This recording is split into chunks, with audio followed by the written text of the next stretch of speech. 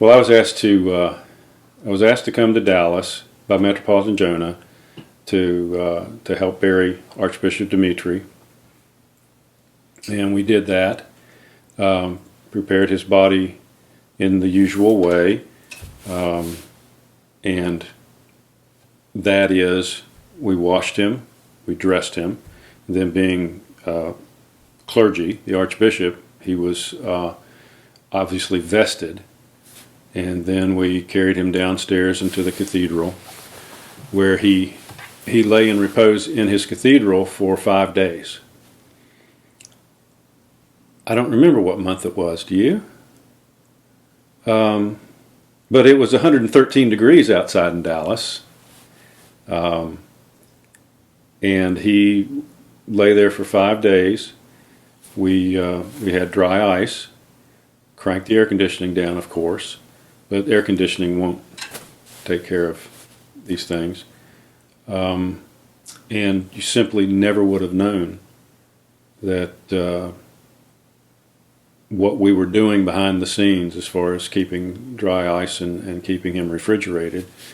And then we took him out to a burial plot that he had purchased years before in a large cemetery in Dallas, huge place. And 5 years later, after the chapel was finished in which they were going to inter his relics, they asked me to come back and participate with the group that was going to translate his relics. In other words, exhume his body in the cemetery and take him out of the existing casket, put it in a new one and with new vestments, and then translate his relics back to the cathedral for burial there, where they are today. And while we were in that process, an interesting aside, I mentioned there were 2 funeral directors who were working with us that day. And I asked one of them, I said, well, I guess this doesn't happen every day, removing people's bodies from the grave. And I said, oh no, we do it all the time, do it every day. And they said that we have such a mobile society that it is a trend that children will actually exhume their parents, cremate them, and take them with them when they move. Oh, terrifying that this is just routine. It's just terrifying. And so he was buried in a vault in this cemetery. And I tell you right now, anyone who's listening, don't ever use a vault. They're an abomination. A commercial cemetery can require whatever they want to require. And there's only 2 reasons to use a vault, and both of them are money. One is it makes lawn maintenance easier and quicker, and the other is it's additional profit. We get to sell you a vault. There's absolutely no reason to use them at all. In fact, vaults were originally developed to contain embalming fluids, to keep the embalming fluids from getting into the shallow water table, not to contain bodily fluids, because our bodily fluids are 80-some% water. There's no reason to contain body fluids. So I was very upset by the fact that he had to be sealed in a vault. So I voiced these concerns, and Subdeacon Vladimir and I actually drilled some holes in the bottom of the casket to at least get the liquid out of the casket, which it did. They removed the casket, they removed the whole vault, brought it into a warehouse. Interestingly, we had to sign a release form, each one of us that was there, and to release the cemetery of any liability for any psychological damage that might occur to us from what we were about to see. So they opened the the vault and looked inside, and inside the vault there was puddles of water everywhere. Water was puddled on top of his casket, which was a handmade wooden casket made by one of the priests in the area.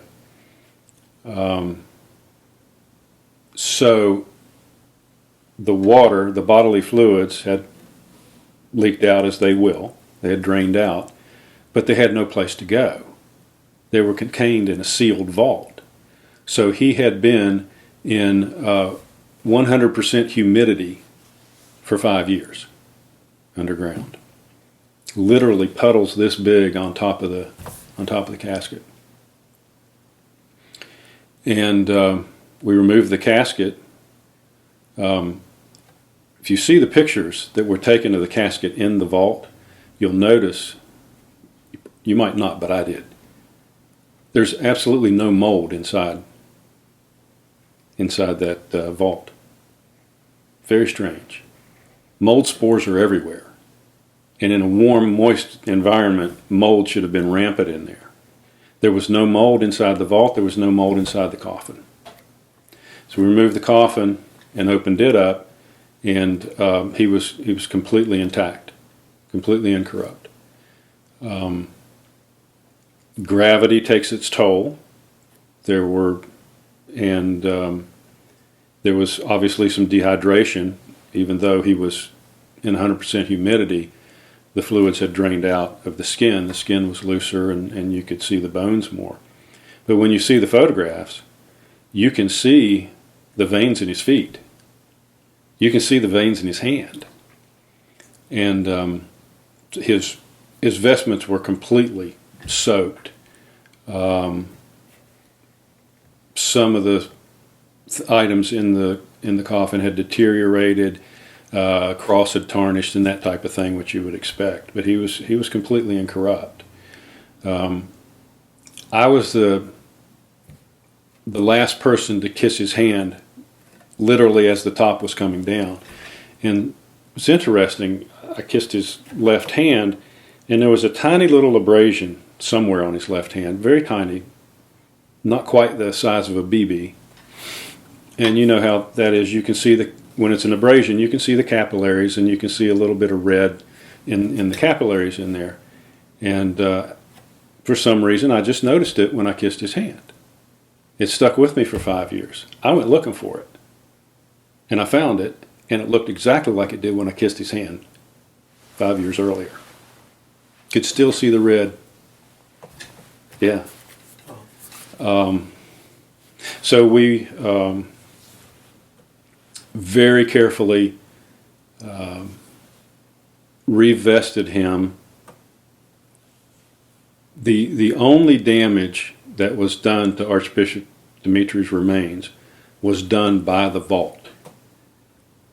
If his body had been allowed to, the fluids had been allowed to drain out as they normally would into the soil, then he would have been completely incorrupt.